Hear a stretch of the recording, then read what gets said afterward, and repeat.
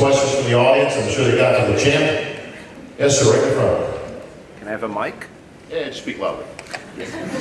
Okay. We'll get you a mic. My name is Haney I'm from Egypt, and you talked very positively about Muhammad Makawi, who was a compatriot. He's my compatriot.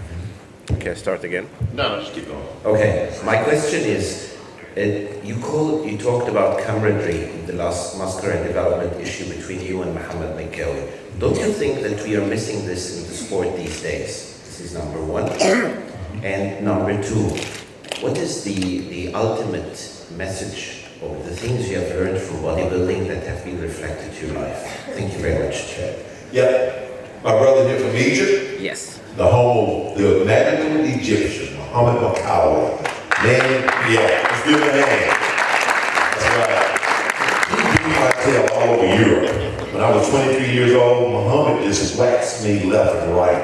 Man, could he pose. He knew how to present himself in every strength angle. It's incredible. Love Muhammad. Saw him. You know, you talked about projection earlier. He was a master of projection. Only 152 pounds. But he projected as though he was so much larger. Let's don't even talk about it. His routine was, his posing, his presentation, it was just incredible. That's why he beat a youngster, a kid like me. He waxed me. Then the interview guy that saw some of the pictures, I'm holding Muhammad up on my shoulder. Yeah, golly, that was something. But the camaraderie there was awesome. I was the youngest in that whole bunch. I caught the tail end of a magical age. I was only 23 years old. And here I am on stage with Makawi, with Bertrand Fox, with Samir Banu. It was awesome. But one thing about those gentlemen during that time, their maturity level was far greater. I was a kid, but it sort of took me in, and I learned a lot from them. That was a great thing. They did things differently. Camaraderie, they laughed, they talked. We all knew that we had to make a living. And this is how we did it. So there was no animosity or anything crazy like that, you know? And one thing I hate when I see on the stage now, guys go across the stage, they stomping and blowing like a bull, and then they asking the crowd, come on, clap for me. Or else I'm gonna come out there and punch you in the face. That is so stupid. That is totally classic. You never saw a guy like ever do that. You never saw that. It was always classic. So, probably get beat up after this, but I got a chance on it. You know, I'm in agreement with you, man. I always thought there was something strange that if you had to ask for applause, there's probably a reason that they're not applauding. It's not doing it, they didn't get an applause. Gracious. Questions for the champ, yes ma'am. Okay. There goes Sweetie Pie. I always ready to answer a question that was Sweetie Pie. I know you like the ladies later. Okay, so quick question. Before you went on stage, what were, if you remember, your final thoughts before you actually went out? Or if you prayed, do you remember what you prayed for? Or just like the last thing that went through your brain before you just stepped out? Oh my goodness. Well, I did whisper a prayer, you know, and my prayer was like, God did not give you a spirit of fear, but of power, love, and a sound mind. Let's go do this thing. And then my music, of course. Most of you know my musical choice was Excalibur. Now, how many of you seen the movie King Arthur and Excalibur? If you haven't seen it, you gotta go get that movie. Excalibur was incredible. The king being revived, coming through the countryside, giving life to the land again. I saw myself as a king coming. So when I hit the stage, I wanted them to know the king was there. That was my psyche. So I hit the stage, I was ready to rock and roll.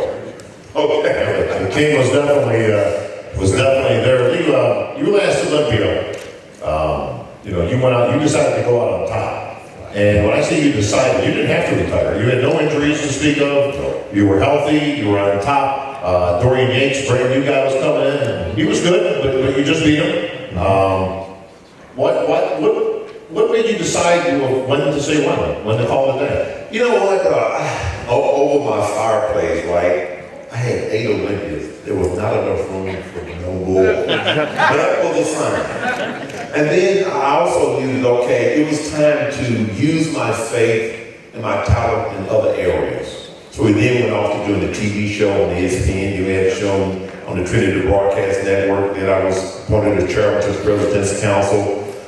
I think I was the first to have a shoe contract, you know, and so a whole lot of things. I had open fitness centers.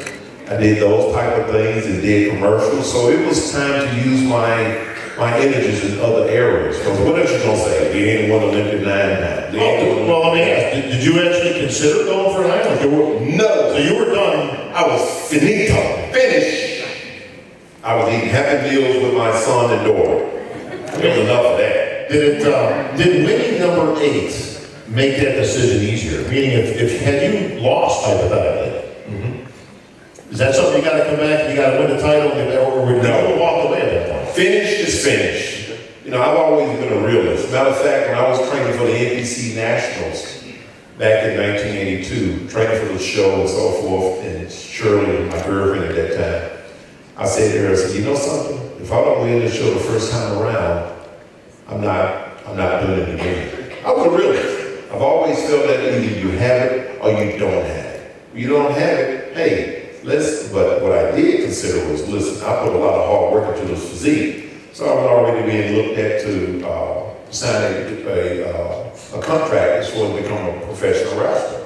The show was still going to go on, but in another way with this physique. But no, I wasn't going to try to, you know, if I had won, that was going to be it. As the good Lord would have it, I won and won and won again. So apparently this is the path that they had for me. I think he knew I would stop if I had it. So he said, okay, boy, I'm gonna give it to you. Well, there was, nobody disputed that one. They could, every guy their pick. One more question.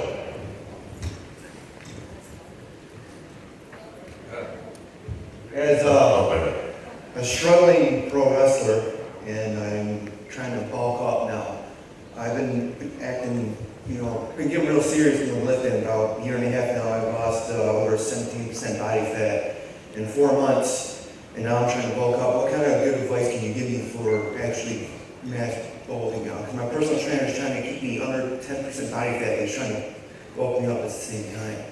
Okay, you know something?